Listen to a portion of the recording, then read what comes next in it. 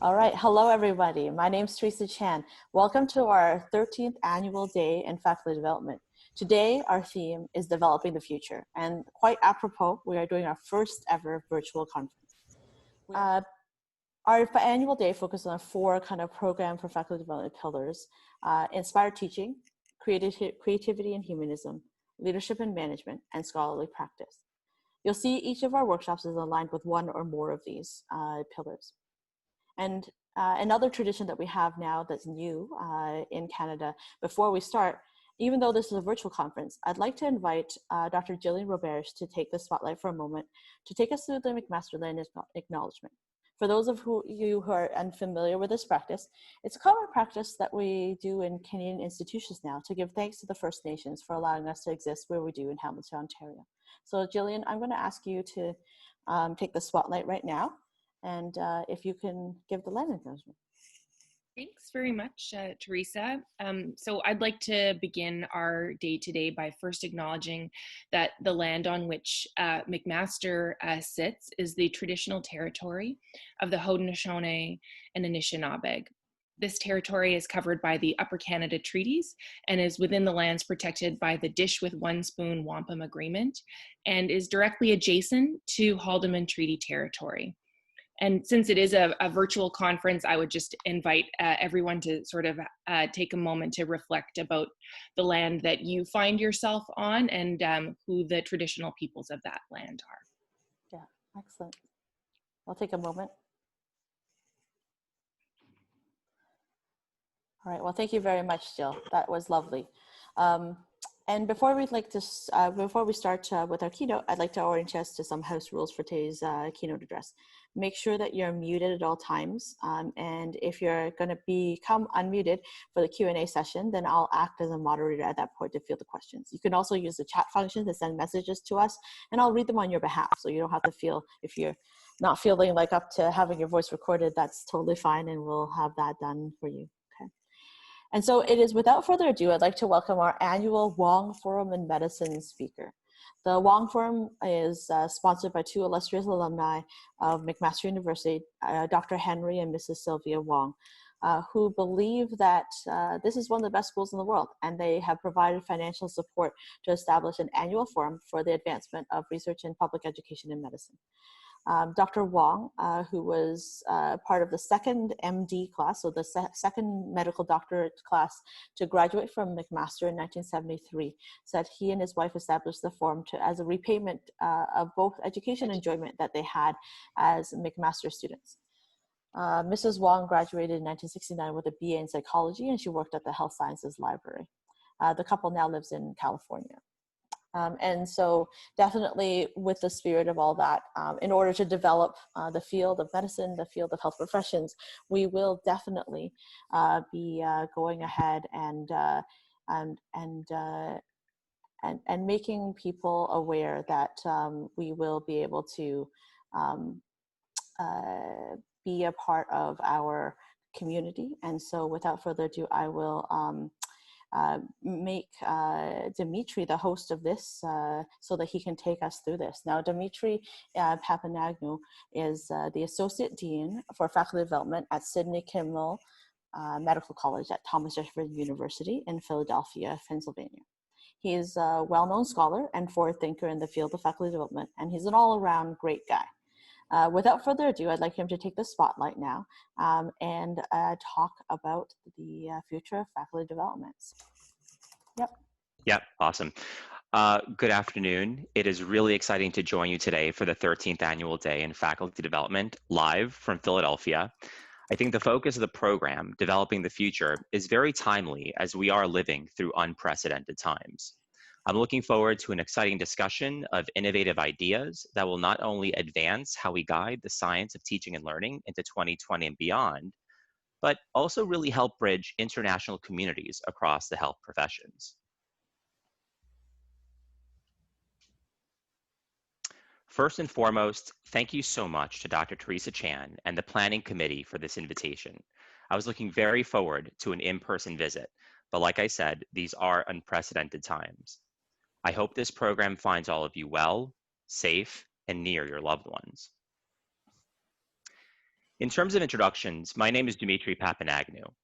I'm coming to you live from Thomas Jefferson University in Philadelphia. I am an emergency medicine physician by training. In the Department of Emergency Medicine, I'm the Vice Chair for Education and the Medical Education Fellowship Director.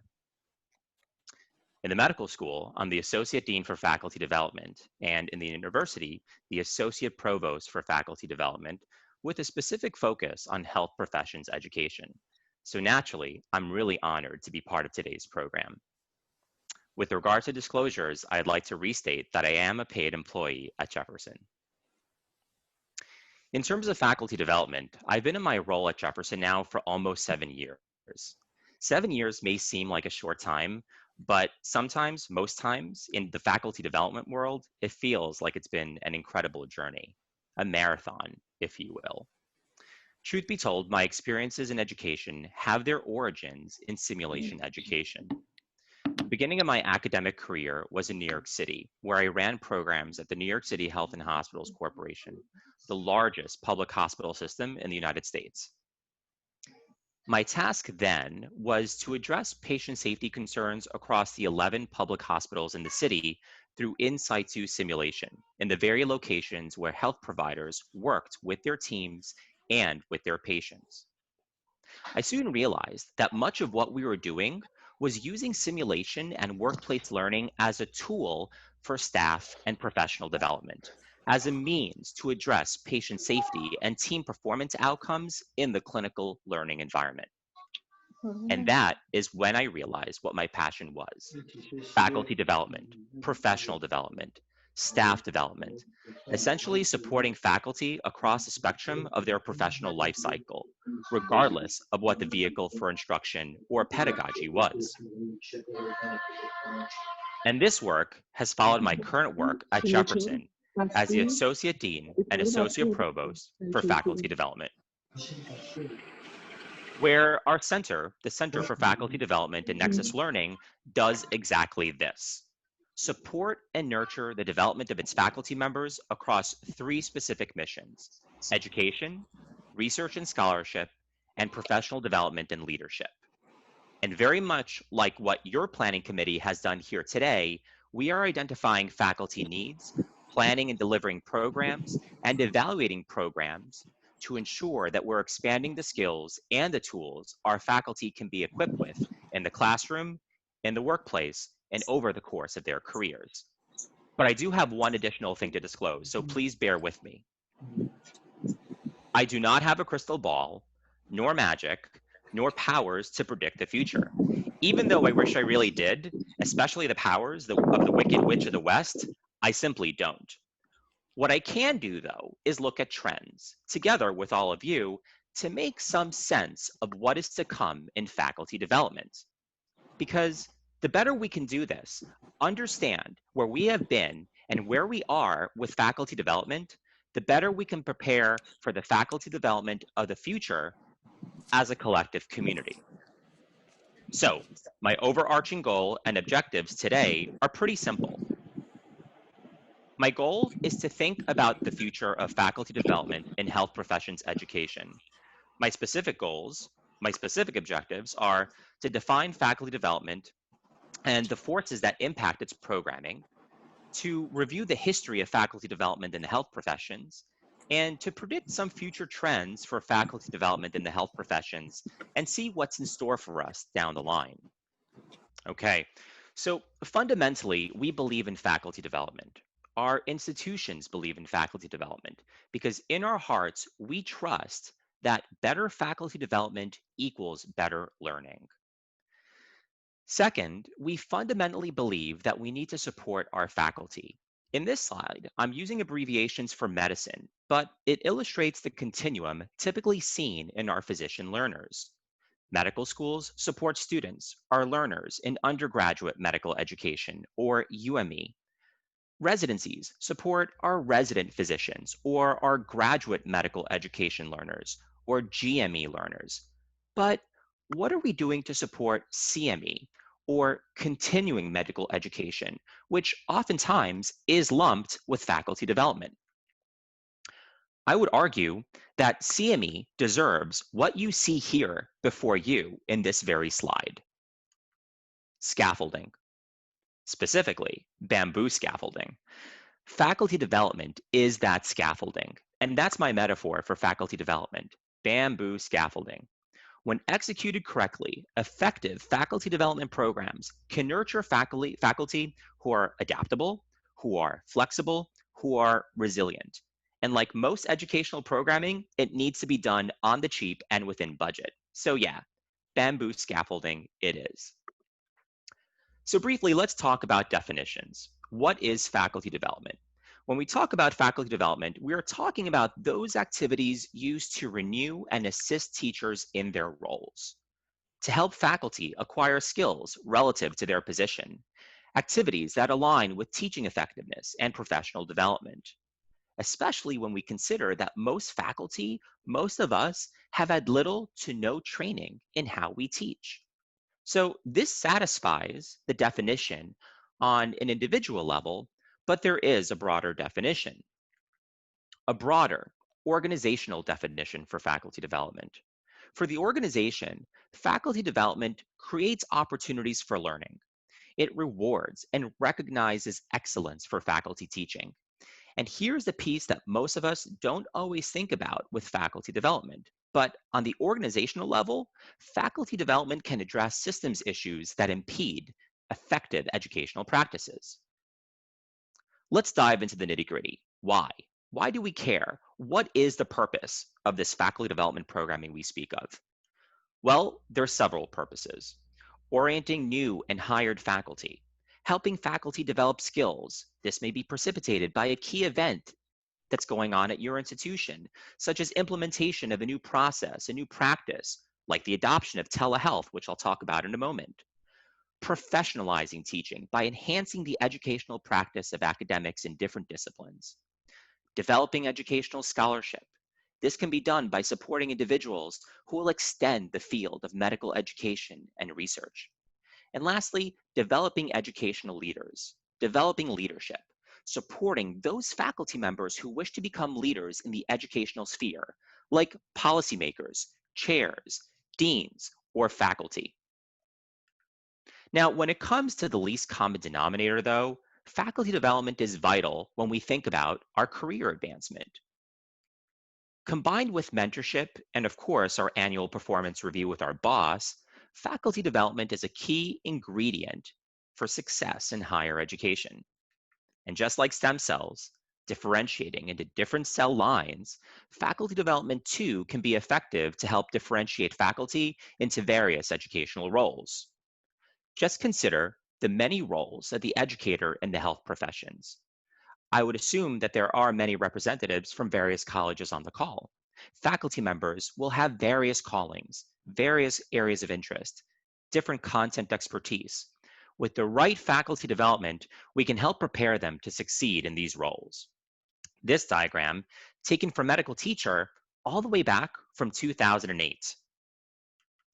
Some of these roles will resonate close to home for some of us. Think of what you do in your teaching role as a faculty member, day in and day out. In the chat box, please type in which of these roles you identify with. Are you a teacher administrator? Maybe you're a chair or a program director. Are you a teacher educator? Perhaps you direct a clerkship experience in the clinical learning environment. Are you a teacher researcher? Perhaps you're involved in education-based research. Or maybe you're a teacher clinician. What I think is the most important of these roles. Those educators, those of us primarily on the ground with our learners in the clinical environment. Take a moment to share with the collective group how you identify. I imagine this will be very helpful for Teresa and the rest of the faculty developers who are watching along today. I'll take a look in the chat box. Dimitri, also, there's been some questions as well, to if you're cool with people doing screen caps to tweet about some of the stuff you're talking about. Oh yeah, green light. You can have it all, and I will even share my PowerPoint after this talk for you. So amazing. Yeah, definitely. And just as a code of conduct for everyone, if it's okay, just try to not share the password for our day. We want to keep that to just the registrants if that's possible. So thank you so much, everyone, for typing into the chat box. I'm seeing a really good variety, which shows us some of the strengths that we have as a collective community. So if you haven't yet, please go ahead and populate, but I will move on. Another reason we should care about effective faculty development programming pertains to the fact that the educational landscape around us is changing. Our students are getting younger. Our faculty are getting older. Learning environments are more varied than ever. And guess what? Careers are changing more than ever before. Think about your career. Have you made a career jump? Have you changed a role? It's very likely that this is only going to increase as the future arrives. Just look at the age data. Given the discrepancy in age distributions between our faculty and our residents, it's essential that our faculty learn about the richness and the diversity of their students. To understand that their learners will be mixed. Some learners will be older, some learners will be younger. We don't see homogeneous groups anymore. Some may be more tech savvy, some may not have a computer. And that these mixed compositions are truly representative of the work environment in which we do work. To further throw a wrench into things, the practice of medicine is changing. The practice of healthcare is changing. There are future trends and future forces that will have a profound impact on where faculty development is headed. I love this article. This is a relatively recent report from the Association of American Medical Colleges, which from this point onward I will refer to as a AAMC, that highlights what academic medicine may look like in 2025. As we discussed, our learners are changing. There will be a need for more on-demand learning. We'll talk about that. And our faculty will need to get acclimated to, and rather quickly, to newer technologies. Sound familiar? Well, if you're having a hard time thinking about an example, consider this one. Telehealth. Telemedicine, something that we recently had to grapple with at Jefferson with our own faculty, and really heightened in the age of COVID. Telehealth has been well studied. Patients love it. It saves time. There are cost savings, and patients don't have to wait. So now that it's here to stay, as faculty development programmers, as teachers, as educators, what do we do about these newer competencies that are emerging? Newer competencies that faculty, residents, and even students need to acquire, like communication and interpersonal competencies surrounding this new platform. Well, you guessed it. There needs to be faculty development programming around it, something that we've had to leverage into our faculty development programs at Jefferson. Given this new trend that caught fire, we had to put together a certificate program and rather quickly to train personnel on how to facilitate telehealth encounters. And we had to be creative with training, to take programs, to take pedagogies that existed before, like simulation, and redesign them pedagogically for this new training need. So yes, faculty development needs to be creative and adaptable around new and emerging needs, and this is not going to change. This is only expected to upregulate as the future comes in. And I think this highlights one of the major challenges that we have as faculty in general, students being at multiple levels of training, lack of preparation time as a teacher, and managing an array of competing demands like patient care. We still have to do that. We still need to take care of patients, integrating new technology, sometimes into patient care, educating learners, and finding the time to get everything done. Not to mention the added complexities of the clinical environment, those things that are intrinsic to the clinical workplace that impact our ability to teach clinically, like shorter patient stays, the ever-increasing number of students in the clinical environment. I bet you that sounds familiar. And of course, regulatory issues and accreditation issues. And this gets to why effective faculty development, that bamboo scaffolding, is needed to provide scaffolding for faculty amidst all these challenges, for faculty not to revert to their comfort zones, because we do that, and not to lose out on meaningful opportunities for development. Now, when I started this role, there wasn't a lot of literature out there. It was important for me to look at faculty development from the lens of higher education that has a lot of literature. And as you can imagine, faculty development has been around outside of the health professions education sphere and in the higher ed university scene for a really long time, for ages, literally ages. Okay, not like prehistoric ages, but way more recent. I think this would be a good time to go back into history to better understand the evolution of faculty development. So let's hop into my trusty DeLorean and let's take a trip. So if we go to back where all things started, we enter the age of the scholar. Sounds kind of fancy, right? The 1950s. From the 1950s to the early 1960s, the goal of faculty development was to assist faculty maintain their currency, their credibility in their respective disciplines, their reputations in their respective disciplines. So for me, it would be to be a reputable emergency medicine physician, to enhance content expertise through academic leaves, sabbaticals, fellowships, and independent study. So now we're kind of going a little bit more into the future. In the mid-1960s to the 1970s, we start to enter the age of the teacher. The mindset during this time was that faculty should not only be prepared in their discipline, but they also needed to be prepared to teach. This is where we start seeing support from private foundations on university and college campuses to create campus-wide teaching initiatives and learning centers. So I would imagine that you have a teaching and learning center. Well, a lot of the dialogue around creating that teaching and learning center started during the age of the teacher. So what happened specifically during the 1970s? A very, very fun decade. The focus of faculty development, again, was on teaching skills. An emphasis on learning objectives and lectures. Behavioral theories came to life. And the major method of delivery was workshops. So let's go further along. Enter the 1980s, the age of the developer, when we start to see institutions responding to critical national reports. Institutions are really investing and devoting money and resources into student learning. But interestingly, there's still a specific focus on supporting the individual instructor. We start to see a growing interest in faculty learning communities that emphasize collective and individual faculty growth. The 1980s. From a pedagogical sense, the 1980s focused on teacher as facilitator. We begin to see active engagement pedagogies. This is where we start seeing the emergence of problem-based learning, case-based learning, team-based learning. We see a lot of seminars, skills training. So that's the 80s. As we go further along, we really start to enter one of my favorite ages, the age of the learner.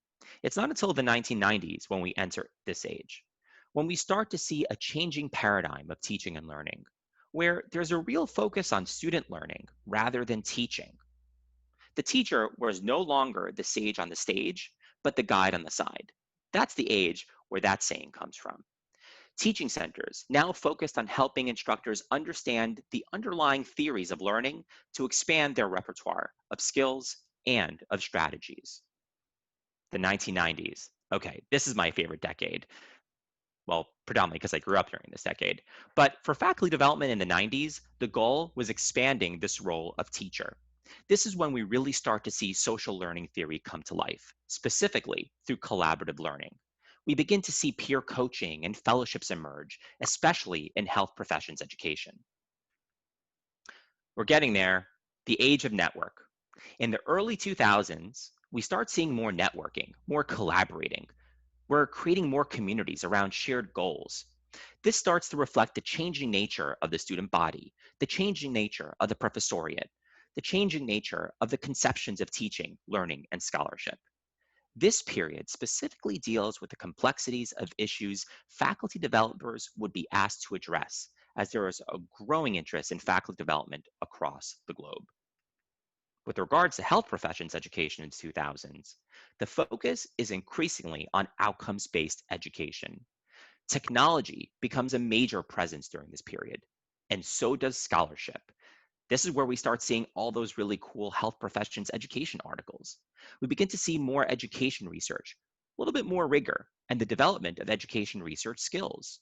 We also see an increased adoption of teaching portfolios. And this is where we are today. The age of evidence, an emerging age that has been really prompted by a push for evidence about the impact of our faculty development efforts. A lot of this push is coming from the growing body of best practices informing teaching and learning, as well as the changing learning environments that are shaping the student experience. We're seeing a growing interest in high quality, evidence-based outcomes of education during this time. We want to see the impact of instruction on student learning. We want to see the impact of academic programs on student success. We want to see the impact of faculty development within our institutional mission priorities. The role of faculty development here is to not only do all this stuff in research, but also engage our faculty in the scholarship of teaching and learning. So here we are today in 2020 in this age of evidence, and we're trying to make sense of what faculty development in the health professions looks like today, right?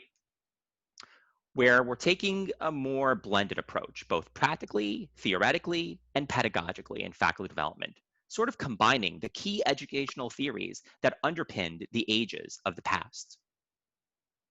We're looking at the roles our programs have on educators, on their learners, on our learners' clinical competence with specific skills, and ultimately on the impact all of this has on patient outcomes and community outcomes. So I'm a Star Wars geek, and Teresa will attest to that. But as we think to the future and what the future has in store for us, especially for faculty development, wouldn't it be great if we could have a wise Jedi Master let us know what's in the pipeline? Someone like Yoda, who could tell us what are the forces, both the internal and external forces, at play for faculty development. Yeah, I totally set myself up for this slide, but there are some forces that we should probably talk about before we dive into these future trends that we'll cover. Forces that can be dichotomized between internal and external forces. Let's start with the internal forces. 1, socialization into the institutional culture.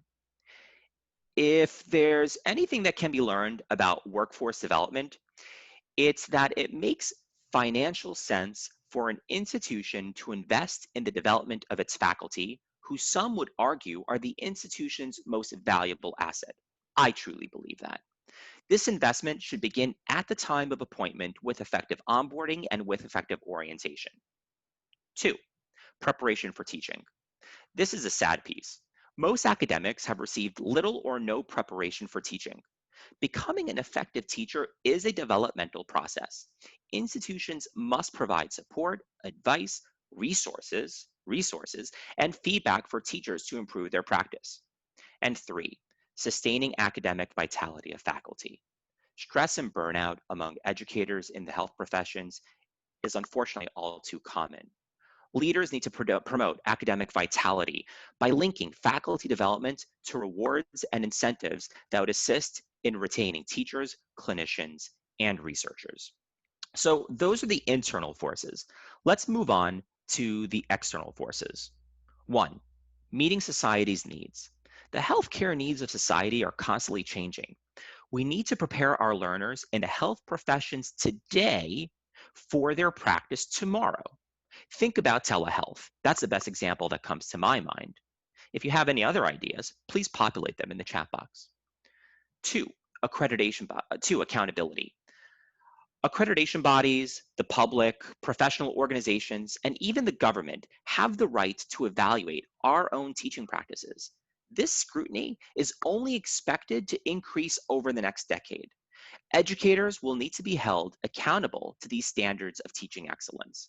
This is something that is certainly within the purview of faculty development and something that we're going to see more and more of. And 3, professionalization of teaching, something that could be easily achieved by institutions who adopt core standards and competencies for their faculty, as well as developing some educational qualifications for teaching. Think of that job description that you had to write for that new hire. Are you giving those educational qualifications just as much credo, just as much as attention as all the other qualifications? Again, something to simply reflect on. So let's transition this conversation. Let's talk about these future trends in this age of evidence. After all, the future, like a surf wave, I don't know if there's any surfers in the group. I always wish I was, but never really had the agility. But that wave, that future is coming pretty quickly. And faculty developers and faculty educators are going to have to address this journey. I ask you, how do we prepare for tomorrow? How are we going to bridge our resources to ensure we make the most prudent decisions for our faculty development programs, for our faculty? As always, it's important to pause, reflect, and look back to see where we need to be going, which is why if you looked in the side view mirror, we had to talk about all those ages that pre-existed before we came into play. The funny thing is that a lot of the trends that were postulated in the 2000s are still at play today and are likely to continue to be at play. We're still going to be talking about the driving forces in medical and health professions education, like globalization, blended curricula, patient-centered education, and interprofessional education, integrating more basic science into clinical training, and nurturing communities of practice. But let's take a deeper look into some of these trends may look like. Future trend 1, let's talk about competency. Competency-based faculty development is going to become a central role in faculty development planning and programming. It's going to push faculty developers to be more mindful, to be more intentional with the programs they develop. In this 2011 article, almost 9 years ago, the concept of teaching as a competency was introduced in the health professions education sphere. There's some articles that came out earlier, but it's really around this time where we start to see this dialogue come into play. Moving forward, this is going to be pivotal for faculty development programs. It was for us at Jefferson when we revamped our very own approach to faculty development in 2020, this very year. We thought long and hard about how we defined our faculty educator, who we called the Jefferson Educator. And after careful introspection of our institution and our institutional mission, our team came up with competencies that we thought embodied who we wanted our faculty to be, our faculty to become, our faculty to aspire to become. Our team took a deliberate approach to think about aligning specific competencies to this Jeffersonian educator, to instill them into the programs that we offered. We wanted our center to develop faculty who were competent with critical self-reflection, being learner-centered, managing the learning environment, whether it's the classroom or the intensive care unit, and designing authentic learning experiences. Okay, so these are 4 out of the 8. We wanted our faculty to be comfortable with anchoring to evidence-based teaching practices, to be able to cite them, to be comfortable with thinking outside the box and innovating from the educational point of view, to be mindful of how to measure student success and assessing student learning outcomes. Now, we're talking about pedagogy here. There's no way to sort of avoid the A word, assessment. And very important, being able to cultivate skills that would promote meaning in their work and supporting their professional vitality. Professional vitality. More of this to come in a few slides. So sure, every year we have an array of topics that we offer our faculty across the health professions, but they all link to one of these threads, these 8 competencies longitudinally. All right, let's move on to the next trend, future trend number 2. We spoke about competency. Let's now turn our conversation to content. Like most academic centers, for the longest time, our faculty development programs were essentially one-off programs. Why? Because it was easiest. A faculty member was available, we heard about somebody needing this workshop, one department asked us to put on a retreat for X, another department asked for a session on Z. So we took this approach, and this was the approach that prevailed for, I would say, several decades at Jefferson. Unfortunately, this approach is very limited in changing teaching behavior and changing teaching practice over time. But now, and moving into the future, we are learning from the past. We are now putting an emphasis on linking our faculty development offerings with institutional needs to develop some really, really specific faculty skills. Allow me to provide you with an example from my home institution. The clinical learning environment. The clinical environment at large has a huge role in informing what some of the institutional priorities are. It is for us because this is where we really get our revenue from. For the Office of Faculty Development, it was critical that we linked some of our faculty development efforts to patient safety needs. This has also been an opportunity to better coordinate interprofessional continuing education for workplace learning. In this example here on this slide in front of you, we leveraged faculty development to assist our teams in addressing how timely TPA, a clot-busting medication, was given to patients who presented to the hospital with an acute stroke from a clot. In this case, we worked closely with our simulation colleagues, our sim team, to deploy in situ simulation training and deliver it directly to clinical departments. This lived within faculty development, and this training was linked to both CME, continuing medical education, and health profession education credits, as well as faculty development. This also took the form of just-in-time training in the clinical environment.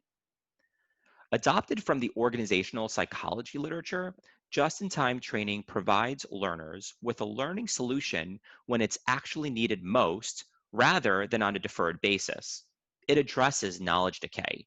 If you practice a skill and don't practice it again until months later, that skill in your brain is going to decay. It's an opportunity to make sure that that doesn't happen.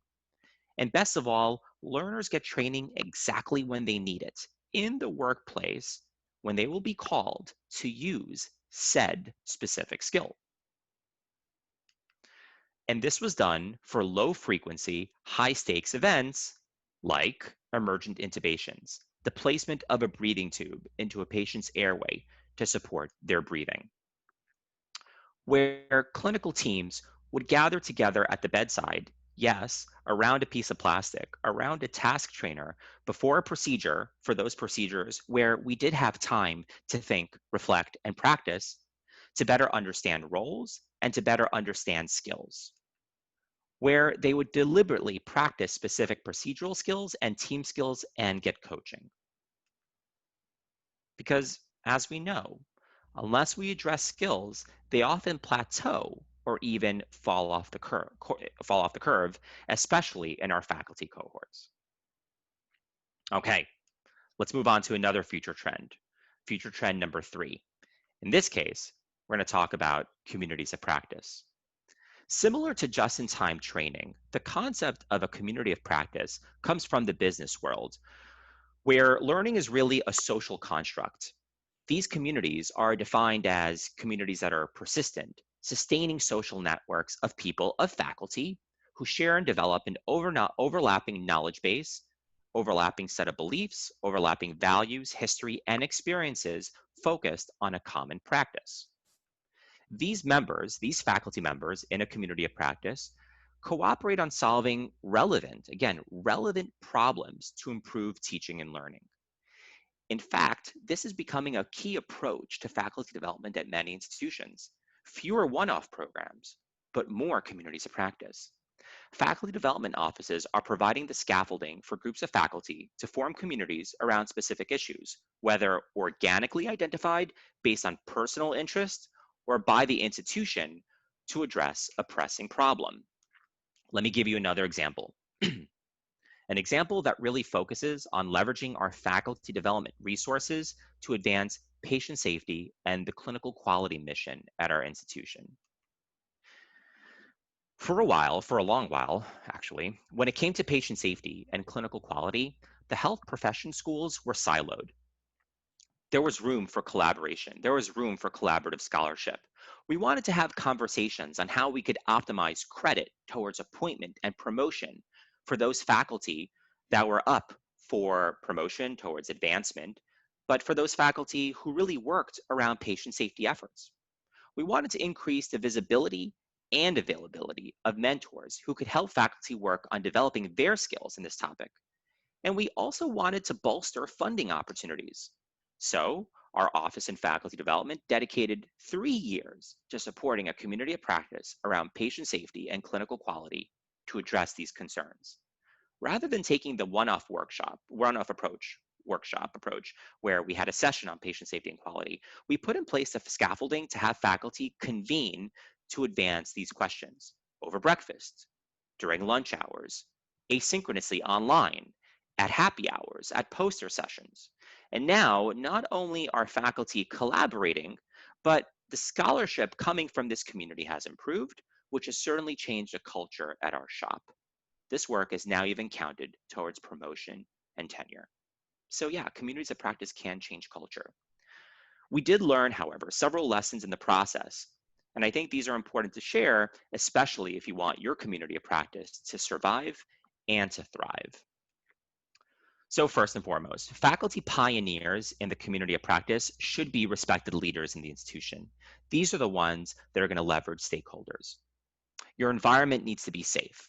It needs to be inclusive. You always want to welcome people that want to be part of the conversation. You don't want to turn people away. You don't want to be selective. The more voices, the more the collective, the better. You'll get different perspectives. You'll get more perspectives. You'll arrive at the solution faster. It should start with shared urgent problems. So for us, it was patient safety. For you, it might be something completely different. At times, the community should offer the chance for emotional support and a place for faculty to vent, to express their concerns, which is why it's important that these environments are safe.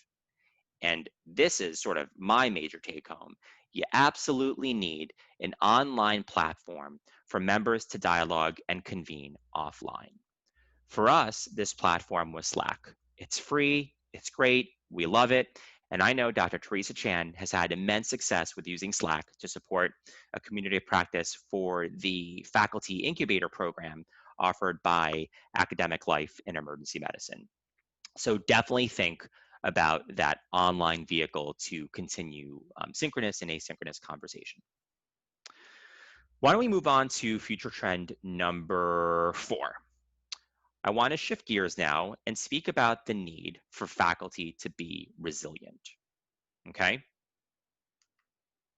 For faculty developers, for faculty development in general, to hit whatever challenge or ball comes its way. Okay, maybe not this ball, but what about this gruesome one?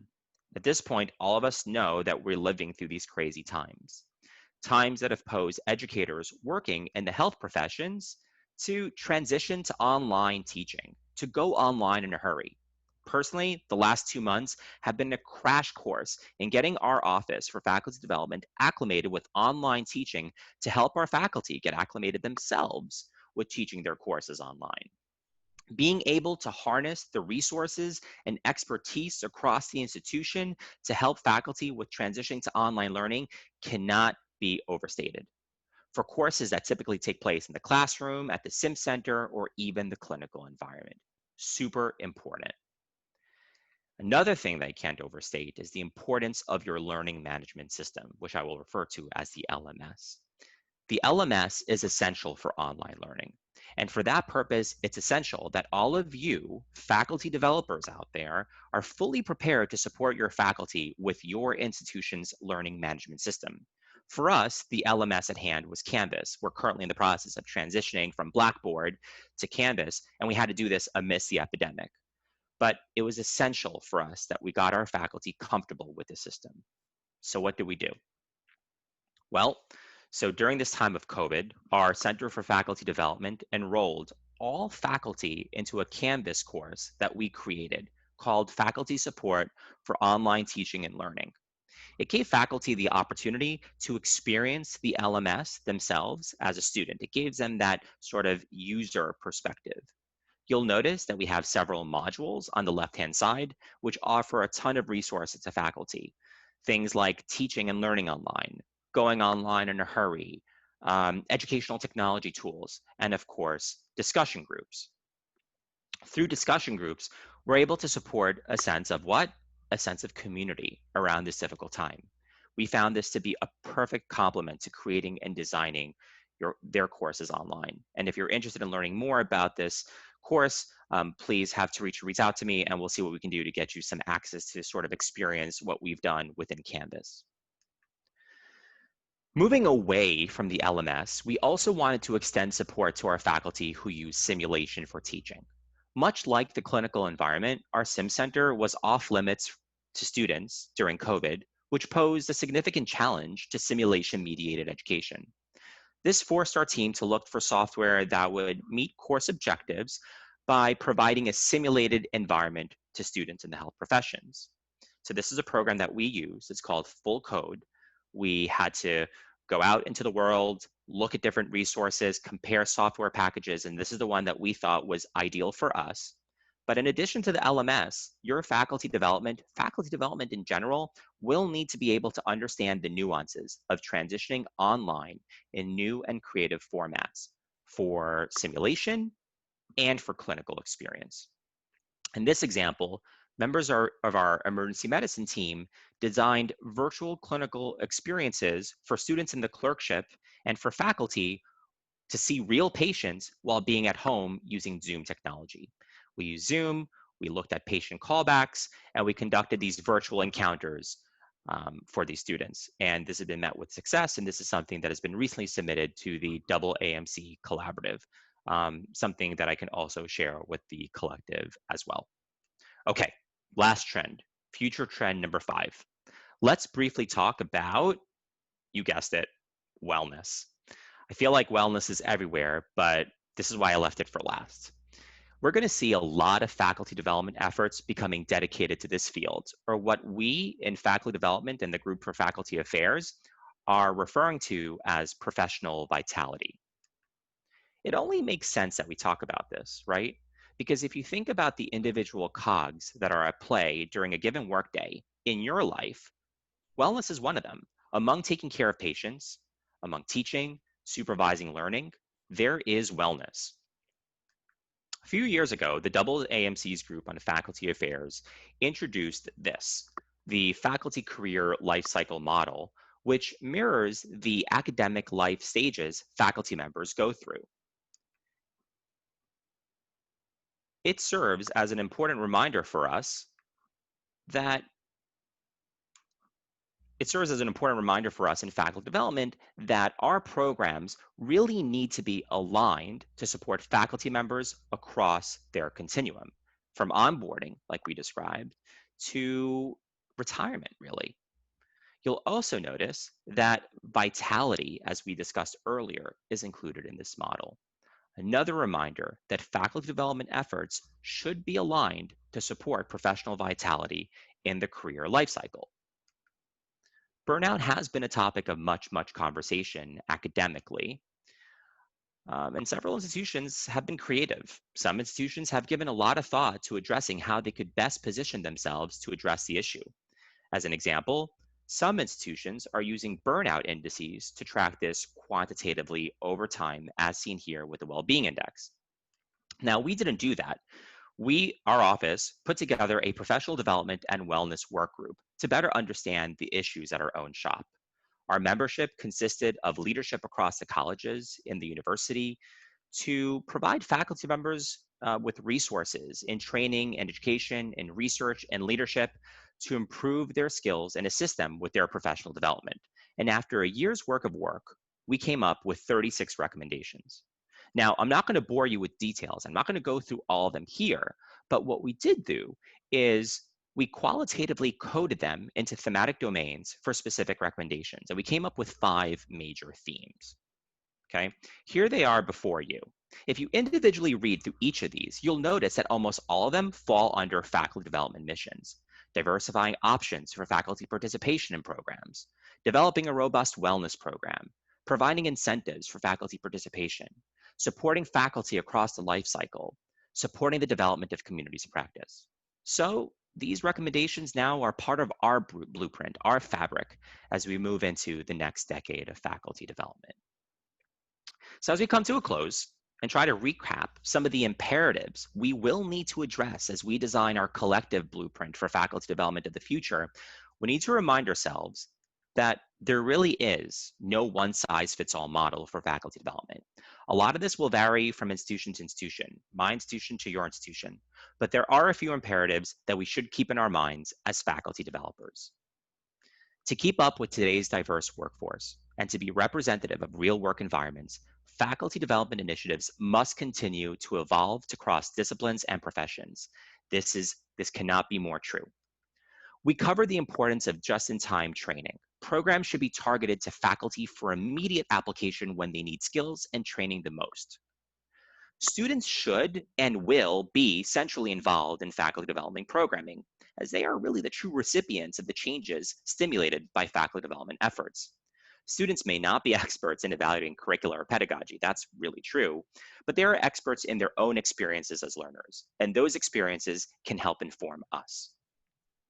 And we must continue to develop programs that are congruent to the competencies we want our faculty to embody. For example, the Jefferson Educator competencies that I shared with you. We should be intentional about this. We should continue to nurture discipline-based education research scholars, those faculty members who mainly identify with their respective disciplines while still focusing specifically on issues of learning and pedagogy to bring new expertise to the field, basically keeping track of those individuals, those faculty who are forward-thinking in education. We are living through and will continue to witness a huge, huge shift to online learning. Online degree programs will challenge and shift the teaching practices of faculty not previously trained or interested, for that matter, in teaching online. Faculty developers need to be aware and attuned to this need in their faculty. We covered the importance of aligning faculty development offerings to institutional needs, as was the case for us with patient safety and clinical quality. And last, as we saw in the example of wellness, there's going to be a continued emphasis on personal development, in addition to professional development, to address the rising rate of burnout. Which brings me to my very last point, and perhaps most important point as we think towards the future. Diversity, something that cannot be overstressed. We in faculty development will need to address a diverse faculty, an older faculty, with an aging academic workforce, with no mandatory retirement age. Leaders in faculty development will need to ensure mentorship programs for underrepresented faculty, support part-time, adjunct, and fixed-term faculty who are sadly overlooked. We must continue to value and include these faculty members in our strategy and our programs. After all, these are the faculty that will be supporting our students at affiliate clinical sites. Leaders in faculty development will need to identify robust opportunities for mid-career and senior faculty, and to ensure that they remain engaged and part of the academic community. Sadly, this too gets forgotten. And along the same lines, there needs to be discussion on how to best engage faculty during the transition to retirement. Just a few small imperatives to think about. As we continue through this age of evidence, this exciting age in faculty development, we should continue this dialogue together to ensure that we plan for a bright, diverse, strategic, engaging, and healthy future for our faculty. I hope that this leaves you with some ideas to think about. Just to come full circle, we defined faculty development and mentioned the forces that impact programming.